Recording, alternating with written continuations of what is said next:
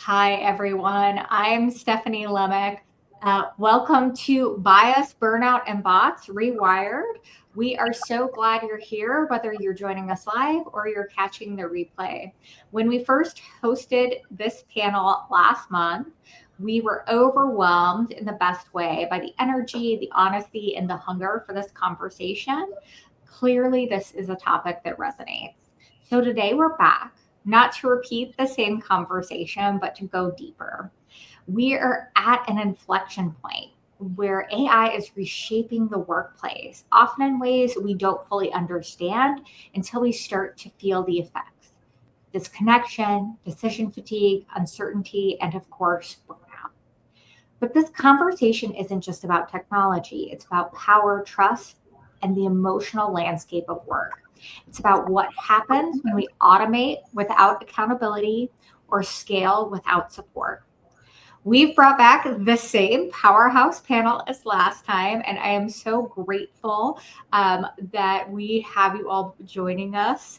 And I will go ahead and kick it over to each of you to introduce yourselves again and share why you're here with us for the conversation. Lucy, I'll have you kick us off. Okay, my name's Lucy. I'm the founder of Unlock Consultancy, and I have over 10 years of experience in HR strategy and organizational psychology. And I actually started my career as a software engineer and worked my way into corporate learning, instructional design. So I kind of sit now in the AI HR consulting space. And I have a side passion for CrossFit coaching and for DJing as well. So cool. I love that. Kyle. Yes, my name is Kyle Elliott. My pronouns are he, him, his. I'm a trauma informed career coach. So, senior managers and executives in tech often come to me when they're trying to figure out what they want to do for a living. Once they know what they want to do for a living, how do they land it? And then once they're in it, how do they succeed? I'll model after Lucy. When I'm not working, I'm typically at Disneyland. We have passes to Disneyland. So, about once a month, you'll find my partner, JV, and I at the happiest place on earth. Nice.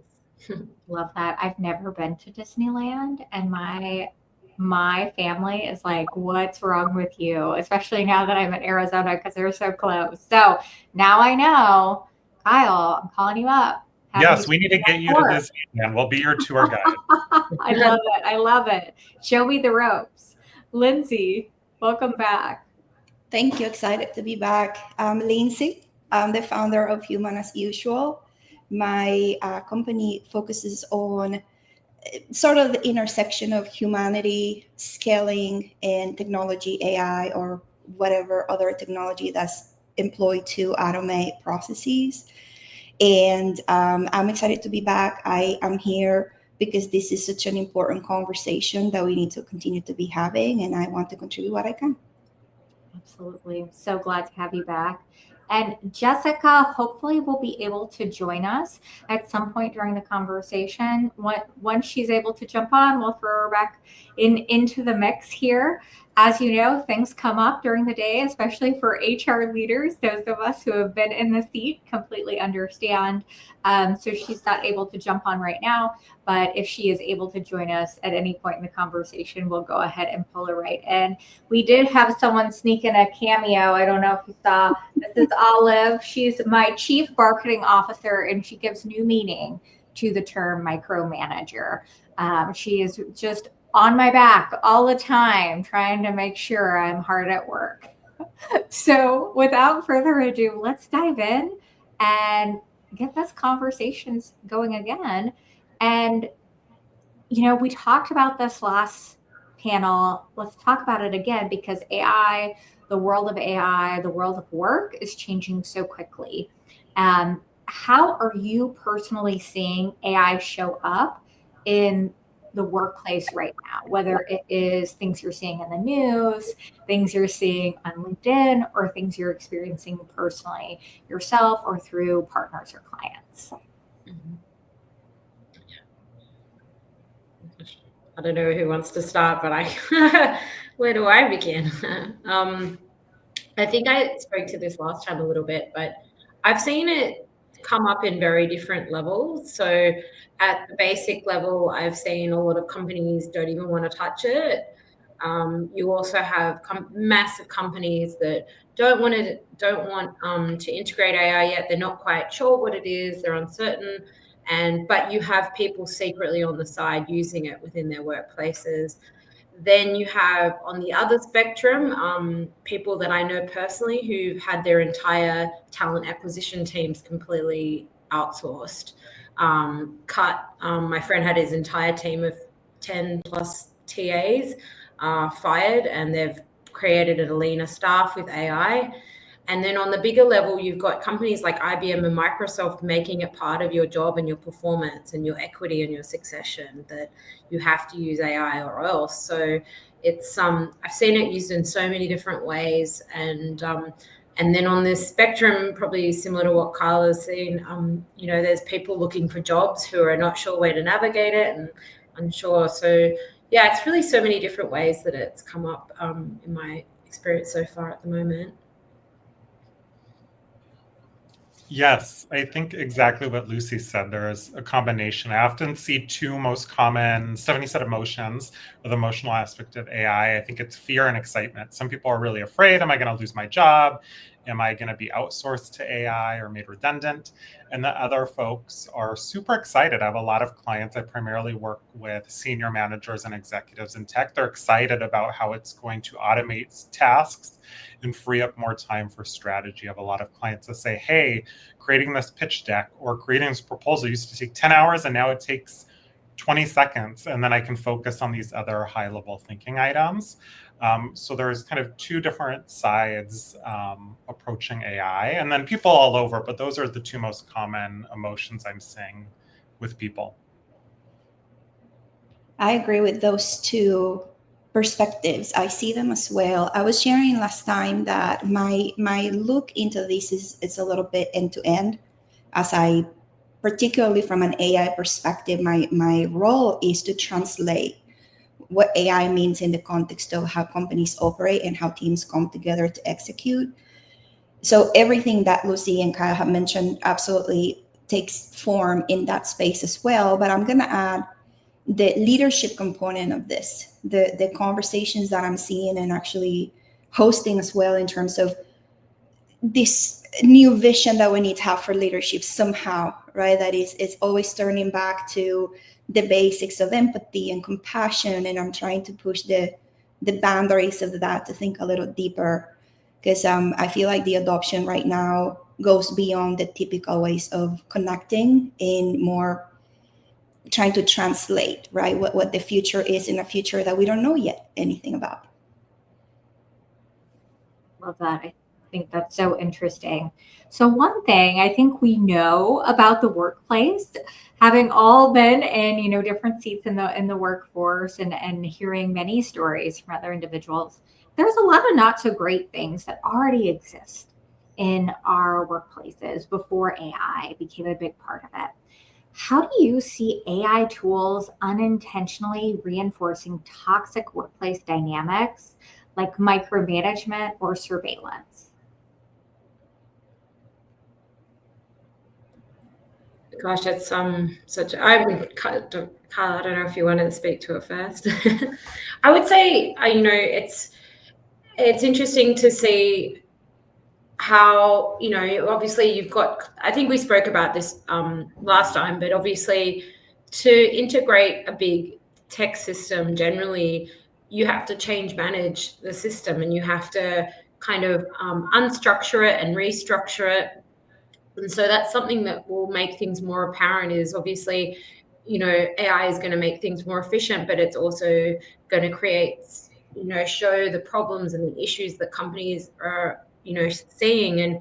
And quite simply, I mean, something that I've been doing recently with AI myself is, when I'm navigating working with difficult leaders or, having challenging, difficult situations, ChatGPT and these AI prompts can actually help you navigate that from a psychological perspective. It can help you understand the dynamics of what's happening. So I think it's going to make people that work in organizations more empowered in some ways to be able to, understand what where their leaders are coming from, and not just accept things for what they are, but actually take control in some ways of issues and challenges that are occurring. I can go now. Because I think this is something worth going deeper into. And last time we talked about surveillance from the perspective of company using their management mechanisms to over supervise, right? If people are using it or not using it, or copying and pasting. But I just don't know that is as important as the actual climate of the organization that we discussed last time. Whether or not companies are becoming a little bit more paranoid, whether or not employees are using these tools, I think is not as relevant as is it creating an environment where I feel supervised and surveilled, even if I'm not, right? And so it starts layering the distrust inside the organization, whether it's happening or not, or whether, if they're part of conversations where the rumor mill begins to create a level of fear that may not necessarily be a part of the reality the companies it's experiencing, but because it's there, it starts to create disruption and concern that it's probably unnecessary. I completely agree with both Lucy and Lindsay. And I think what a lot of my clients are sharing, I work primarily on the employee side or supporting employees, is this surveillance that you shared, Stephanie. They're constantly having this feeling of surveillance. Is their mouse wiggling enough? And people are adding these mouse wigglers. And then companies are saying, okay, let's have an anti-mouse wiggler software. And it's not addressing that true culture and how do we make it so employees want to work, feel productive, but then also can take breaks when they want, or feeling like their Microsoft Teams has to be online all the time. So there's this constant surveillance instead of getting to that deeper cultural issue. And then the other piece I'm finding is this mental load is people are expecting it to go so high. Just because AI is replacing this doesn't mean that 40 hours a week you can always be thinking about strategy, always in meetings. It's really setting up unrealistic expectations for people, which is leading to a lot of employees feeling fatigued, stressed, burnt out. And they're saying, just because we automated all this doesn't mean I can be working all the time, or I can be responding at 2 a.m. There's these unrealistic expectations that are being set on people and leading to so much stress. But I think all of that was there before. This is just magnifying the culture that already exists.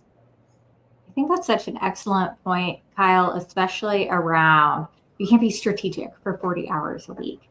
I find a lot of times, and I'm sure I am not alone in this, that I kind of have my best ideas when I've taken a step back from thinking, when I'm thinking really hard, whether it's going and doing something different or doing some of that, mindless administrative work. I need that white space to be able to have those best thoughts. And for us to go, the only thing that I can do that AI can't do is this. It does create that real unrealistic expectation and kind of fuels almost a different type of burnout. We know when we physically see someone, putting things together for a certain amount of time, we can see that toll. But when we're thinking about a lot of the knowledge work that it's, happening in here, it's not as easy to see that sometimes. So I think that that's really fascinating. I also think this conversation kind of leads us to a great next question. And Lindsay, you teed us up so well here, is how can companies actually assess the psychological safety risks posed by AI tools before rolling them out? And almost in addition to that, outside of assessing, how can they also kind of mitigate some of those risks as well? Do you want me to kick us off? Sure. So I actually am working on a research that I started doing in January about, what is the best of what it means to be human and how does that translate into business practices. And I think the leadership dilemma here is that as employees are growing and developing and adopting and understanding, so are leaders. And ideally, you have a scenario where the leader is more prepared and knows more and is more in a mental space where they can contain the growth of the team. I think right now the challenge, and based on the data that I collected, the challenge is that we're now both at the same level of expectation, right? And trying to digest and grow and maneuver all this new terminology and new futures at the same time. I can share just a couple of things to in terms of what to assess for and what to think about in terms of leadership. But there is obviously the human component of assessing the health of the team that falls back to, are we going in the same direction? As basic as that. Are we at least in the same direction, or we all just don't understand to start with, right? So that we can have honest conversations, so we can start a discovery process that seems genuine and that opens curiosity to learn together. What is it that our company, our new, right, tools or whatever it is, our new strategy, right, is bringing to our particular environment. But then there is the redefinition of success that I think is also important. I don't think we have quite matured the idea of what is success going to look like now, right? We are still measuring success by the older standards of growth and scale, which is kind of like the space that I'm in, and visibility and value creation and profitability. But is that really the success that we're going to be looking to promote now, right? Given the new circumstance, maybe the success is what Kyle was saying. Maybe we just need to go back to 32 hours a week instead of 40. Like that whole part of how does leaders step in to help not only the teams but the whole organization to think about success in different terms that doesn't necessarily inject a perspective of detriment, from bringing AI into the company. That's a long answer. Sorry. I just have it fresh in my head. A long and fantastic answer. Okay. Very good. Thank you. You're welcome. Phenomenal. Lucy or Kyle, anything you would like to add? I know that was such a great answer, but kick it over to either of you. That was perfect. Yeah, no, I agree. There's not much more I could say to cover what Lindsay said, but yeah, I totally agree with what she said. See, Lindsay, no notes. We loved it. It was fabulous. I realized later, like, why am I talking so much? No, we love it. I love it. So along the lines of psychological safety, especially the work that we do at the Wounded Workforce around trauma-informed practices, trauma-informed workplaces, what trauma-informed principles or practices should be applied when we think about introducing or expanding the use of AI or AI tools in the workplace? Do you want to start off, Kyle or Lindsay? Sure. Something I think that's important is having humans monitoring AI. I have quite a few clients working in trust and safety at AI companies or companies that are leveraging AI. So I think it's key that we have humans monitoring this. AI is not human. It's not sentient. It can't think. It doesn't have feelings. So having humans monitoring this and looking at it, because when someone, let's say, one of my clients shared an example, if they're researching a movie about, let's say, a mass shooting or something, AI will have a difficult time knowing, are they researching for this movie or are they looking to commit that horrendous act themselves? So those human interventions are really critical to give some context that can be missing with AI. So I think that's really critical.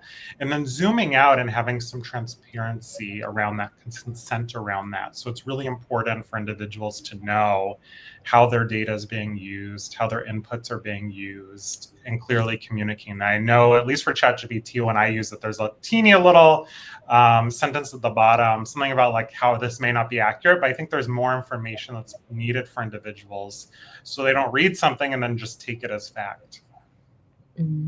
Yeah, I would agree with that. That's so true. And I think, yeah, I like that you speak to the employee or the person within the company, not just the organization perspective, because I think that's where I could potentially see some change or where there should be some change is because obviously people want to know in the company how their data is being used, how are they being monitored, and, you know, even almost like a flip policy, like a reverse policy. So rather than the employee being told what they need to do or what their expectations are, but almost like a code of conduct, but for the company itself, how we're not, you know, for example, in Germany, you know, during that data input, you know, when you log onto a European website, it always tells you exactly, you know, how it's going to use your data, what it's going to use it for. So perhaps that will be an advance in the new field, is for employees to have empowerment to control what data the company will use or not use.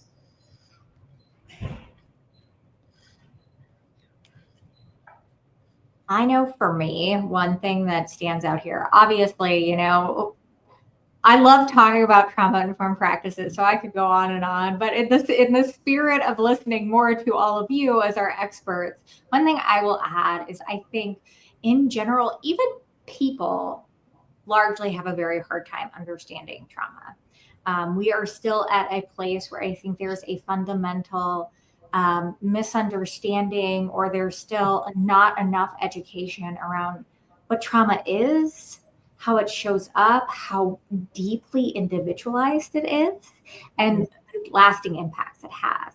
And so the fact that we as humans have a hard time still understanding some of that nuance, we're still continuing to learn.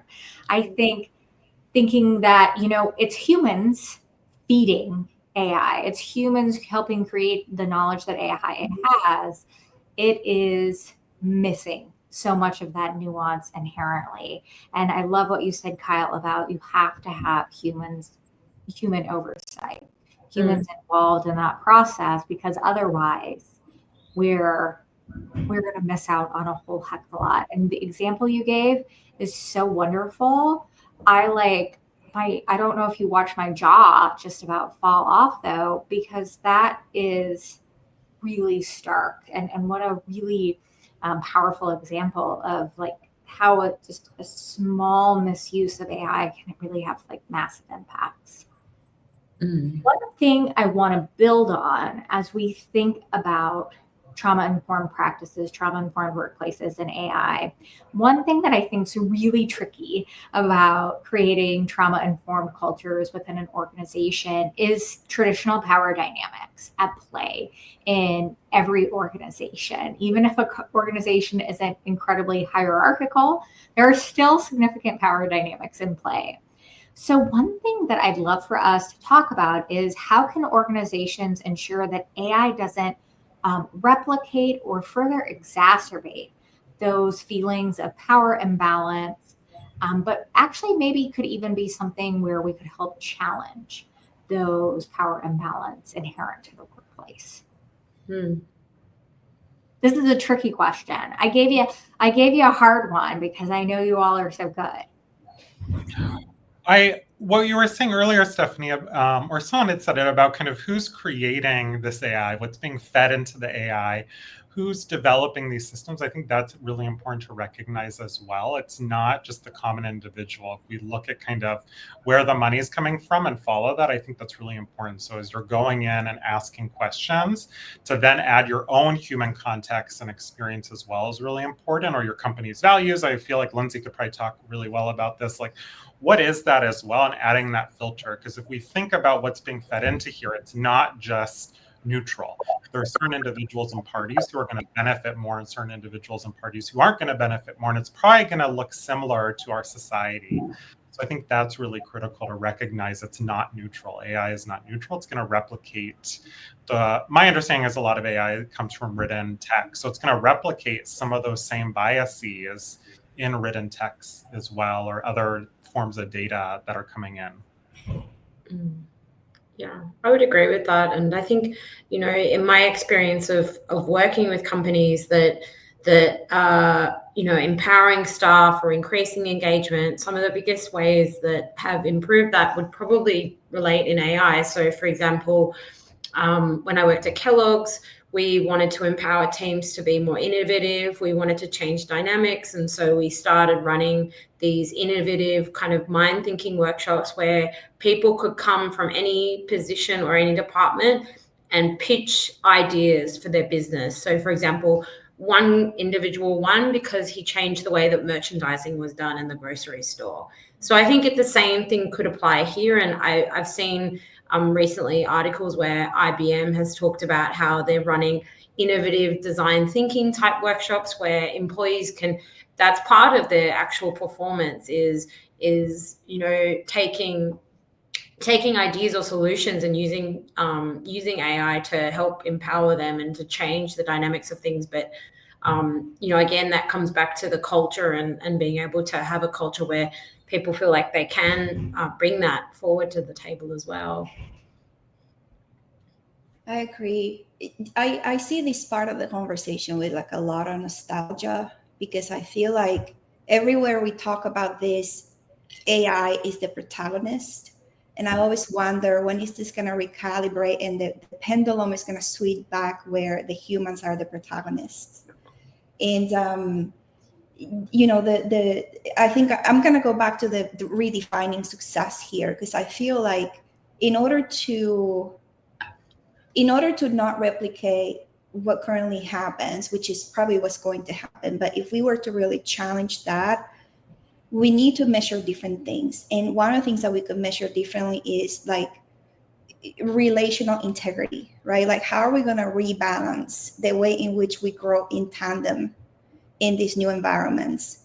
Back to the original point of view, right? Like, what is leadership going to look like? What is going to be tolerated? What is not? Like, I feel like those conversations are more important than ever, because my concern is that the same proximity to power that we see nowadays, where, which defines who gets promoted, who gets hired, who gets opportunities, who gets a foot in the door, is just, again, going to amplify. Like, now is who is closer to the power of AI, right? Which, as we all know, we're not even close to crossing that chasm. Mm-hmm. But yeah, that would be my addition. That's so important. When we think about folks actually implementing AI, so I know a lot of leaders within organizations may be trying to navigate a mandate from their CEO, from their board of directors. It's like, you have to integrate AI, you have to use AI. And we've heard that. We've seen that all over LinkedIn, all over the news, people just kind of generically saying, hey, we have to implement AI, we have to make use of AI. To those folks who are looking at that mandate and trying to navigate it in the right way, what do you wish, or what would you suggest that they consider before rolling out AI tools or rolling out even AI policy within their organizations? I mean, in my experience of running a lot of HR tech rollouts and organizational strategy rollouts, is the biggest success that I see is when they engage the audience, or when they engage in staff and ask them. So I would suggest that the biggest thing is you need to ask your staff how they're using AI. What do they know about it? What do they see? How do they see it being used? And taking your business strategy and your forecasting and perhaps opening it up and making it transparent, as Kyle would say, and engaging your audience, because 100% not only are you going to get some really good feedback, but you're also going to bring your staff along the journey, and they're going to feel empowered in the process as well. In requirements, I think companies need to even be more strict about their requirements to bring these tools in the first place.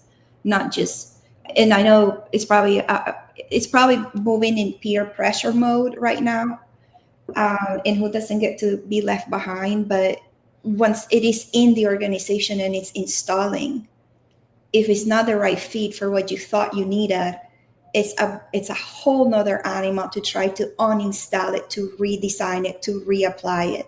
Mm-hmm. So being clear about those requirements and why are we bringing this is just super important. I was just going to say why. That's my thought. Why are we doing it? What's the success reason? How are you measuring success, and how are you going to know it's successful? Really knowing your goal. How does this connect to your mission, vision, values? It sounds so simple, but why is this important? How will you know it's successful? Instead of that peer pressure, I've even had people tell me, Kyle, you need AI in your coaching, because I work with tech clients, and I say, okay, why? And they're like, oh, I guess not really. Or I guess maybe you could use it, but I guess you really don't need AI in your coaching, Kyle. That's not why people hire you. So I think knowing those success metrics, why it's important, and then of course getting your audience's buy-in. I love what both Lindsay and Lucy said.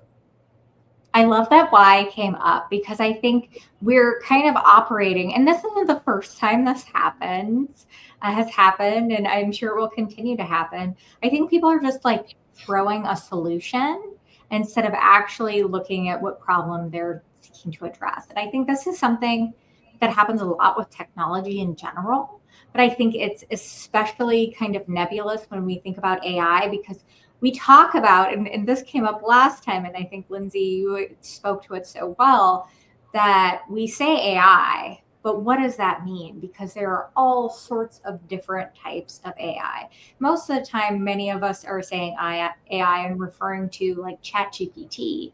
That is not the most typical way people are thinking about AI in terms of how it might be used in a workplace. Mm-hmm. So I think there's just it's such an interesting and different challenge, but then it also gets back to a very similar challenge we often face when it comes to tech in the workplace. And it's, are you just throwing a solution instead of actually understanding what we're trying to solve for? So I love that you pointed that all out. Since we're talking about burnout, we're talking about mental health. We know burnout is a hot topic, and especially, a hot topic for me as a previously burnt out HR professional. I think about a lot of the roles in workplaces where we do a lot of emotional labor. And so that burnout can also, stem from compassion fatigue or even secondary trauma. So how might AI actually impact the emotional labor required in roles like HR or healthcare, even customer service or management? And do you see it helping or harming, or maybe some of each? I think it was, Lindsay, you can go. Are you sure? Yes.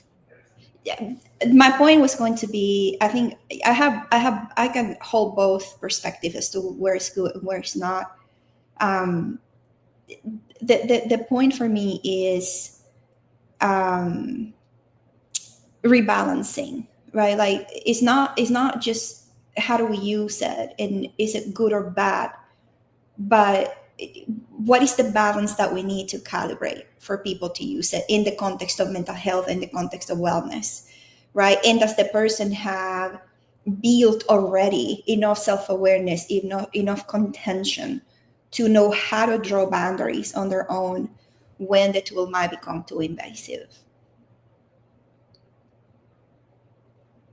Yeah, that's a really fair point, Lindsay. I'd say as well, I'm just jumping off what you've said, is having the leaders be examples. So I think we spoke about that earlier, but having leaders actually demonstrate. So you're not necessarily going to email people in the middle of the night. You're not going to do certain things with AI. So helping be the leader and being a mentor in terms of how to use it respectfully and how to help support your teams through it, rather than just having a higher expectation as well.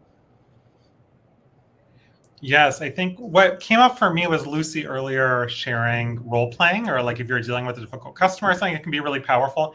And I do trauma-informed coaching, so often people turn to it for coaching, but then it turns into therapy. And there are situations where it can be really helpful if someone doesn't feel comfortable going to another human. And it can be really dangerous because AI is not human. It doesn't understand that context. So you need, as Lindsay said, to have those boundaries, to have enough information. So I think of it like a bell curve. It can work for the middle of the bell curve, kind of the typical average situation. But then when you have those edge cases, it can become very dangerous for someone who doesn't understand that this is AI, who starts getting confused or disassociating with it. It can be really dangerous and scary in those situations. And AI doesn't know how to always respond in those situations, or is giving information that can actually hurt someone. Yes, humans can do that, but AI doesn't have the same sorts of context, feelings, emotions that a human does. Yeah. I was going to add something, but then I can't remember what I was going to say. That's what my example was going to be, is actually, for example, I was just thinking as a HR business partner, the other day, a salesperson showed me a tool which enables HR business partners to input case studies of industrial employee relations, and the actual tool itself helps them organize the entire ER-IR case. And so just taking something as draining as an ER-IR case, which can be so emotionally draining for a HR business partner, and having AI help you, support you through it, is just, I think in some ways that could be a game-changing example as well.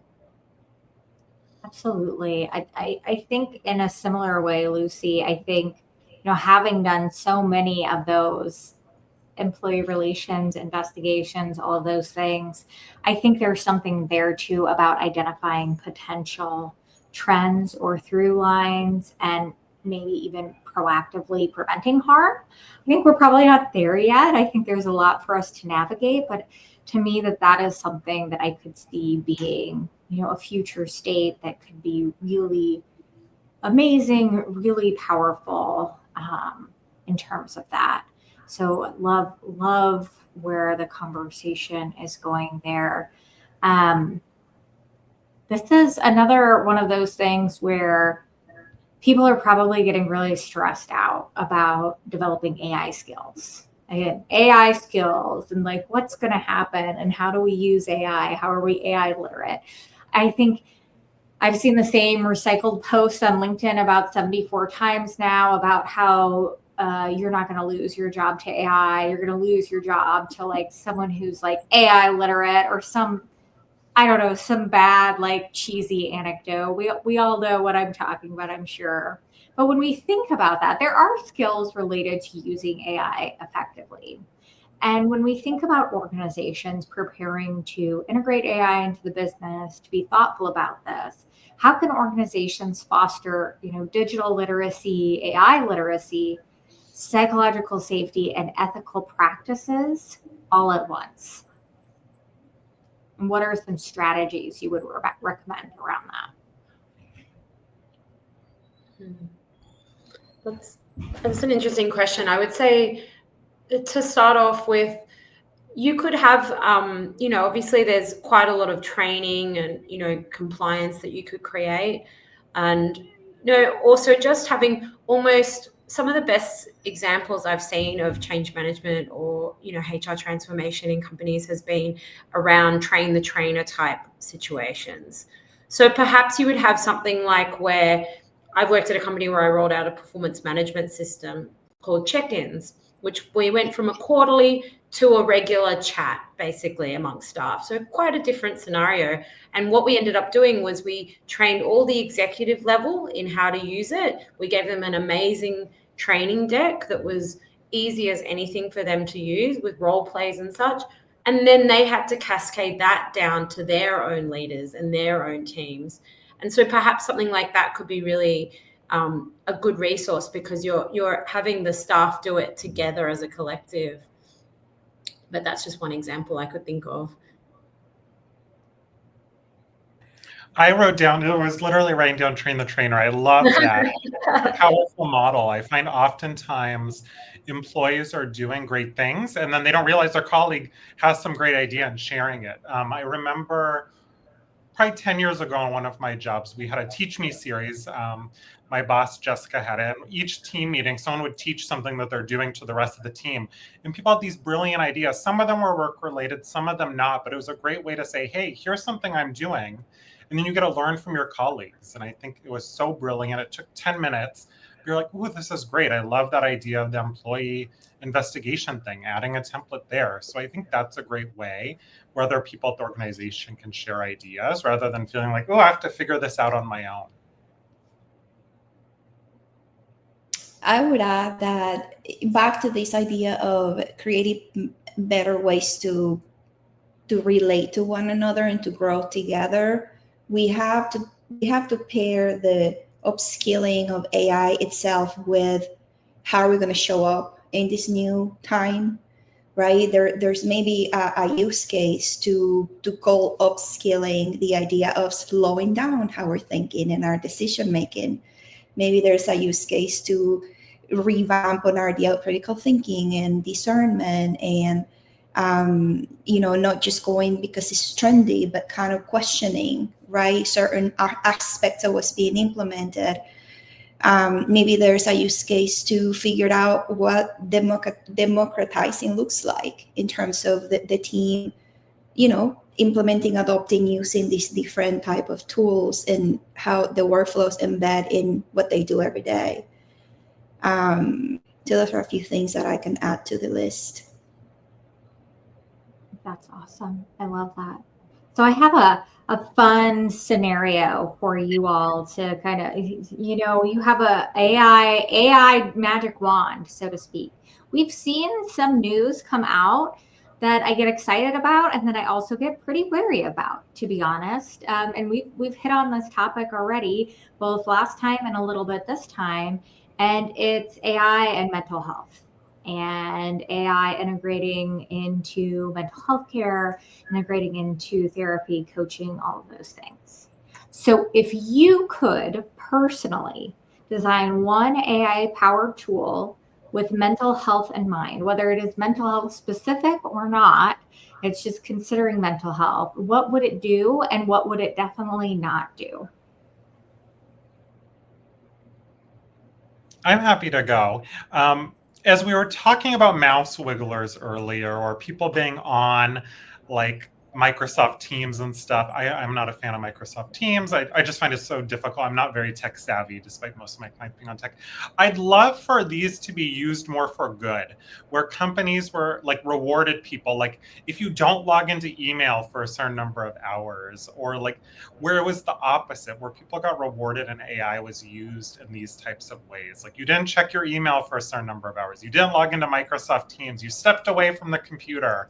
These sorts of things, I think that would be so cool, where it was like the opposite, where they rewarded you for taking breaks. I think that would be so powerful and really it would be great for the business and revenue, and it would be great for employees and humanity. I think that would be so cool to use that in a way like that. I think that would be amazing. Oh, I love that. Yeah, that's such a good idea, Kyle. I love that idea of I'm going to jump off that and add to it. Yeah, I think that'd be great. Almost like a digital detox tool, or a rewards for digital detox, or even a human connection tool.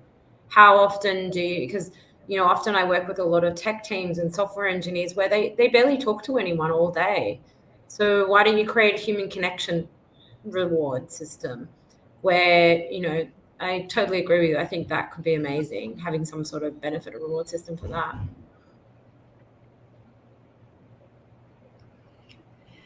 I'm having a hard time coming up with an idea, if I'm honest. But one of the things that AI is really good for at a personal level is pattern recognition, and it mirrors your own way of thinking, and it can help you unveil or uncover patterns of thought that may be not as good for you. So maybe formalizing some of that capability so that people can use it responsibly is where I would go. I know I have conversations with AI and I kind of brainstorm. I have all these things overwhelmed. Help me organize my thinking, right? And it immediately kind of it organizes, and you're like, oh, okay, I didn't know this was underlying, right?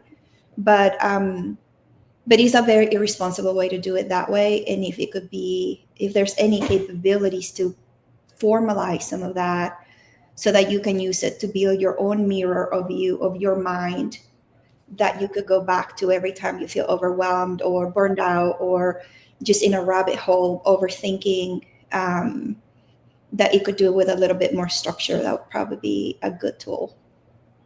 Yeah. I love where you're going, Lindsay. See, you did have a good idea, because I will sometimes use my ChatGPT I will literally ask it, like, why is this frustrating me? Yeah.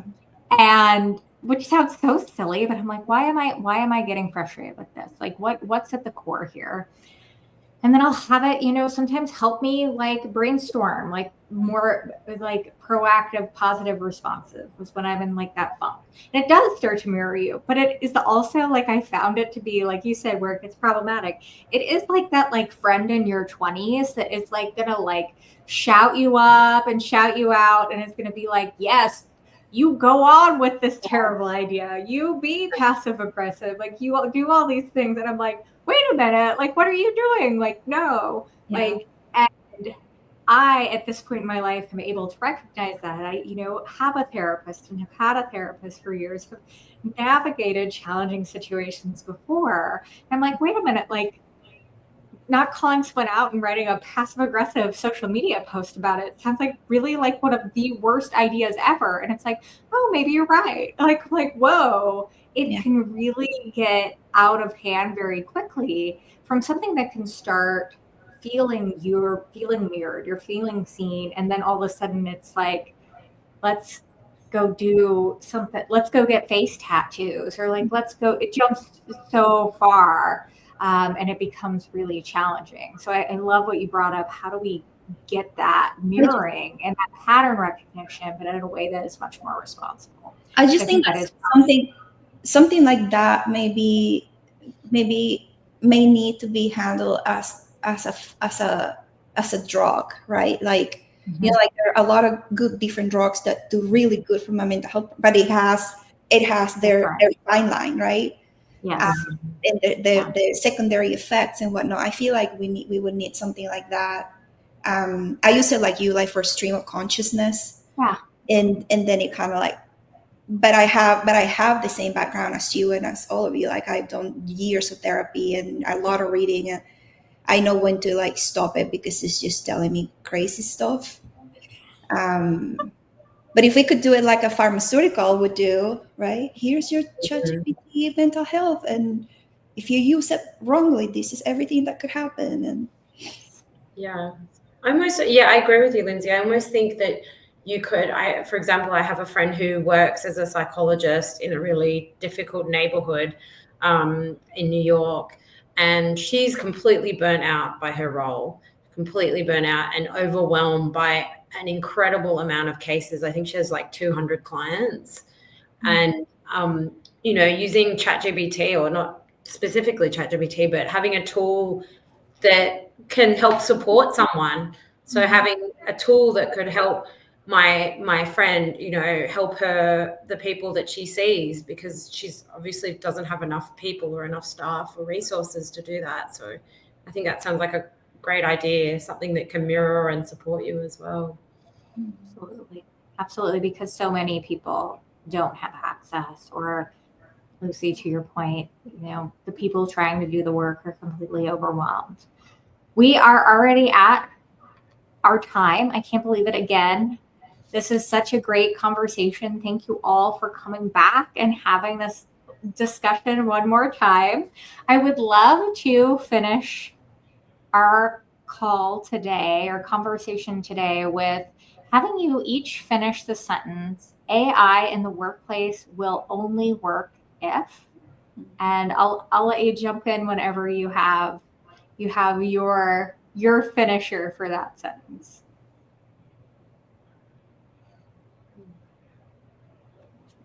I will say, if we're trauma informed, if we continue to think about trauma and the role it plays in the workplace and in our lives. I love that, Kyle. I think for me, so AI will only work if the company culture is one that's positive and supportive. So similar to trauma informed. Amazing. Love it. And I would say AI will only work if it's used to expand the capacity of the team as opposed to replace it. Love it. Oh, amazing. Fantastic. This was such a wonderful conversation. I am so grateful to you all for not only taking the time last month, but also this month to have such an important and timely discussion. If you are not following Lindsay, Lucy, and Kyle on LinkedIn, on other social media channels, please make sure you are, because this brilliance, I tell you, they are doing that every day. And I am a huge fan, and I know I've learned so much from each of them. Thank you all for joining us for this conversation. And until next time, be well. Thank you.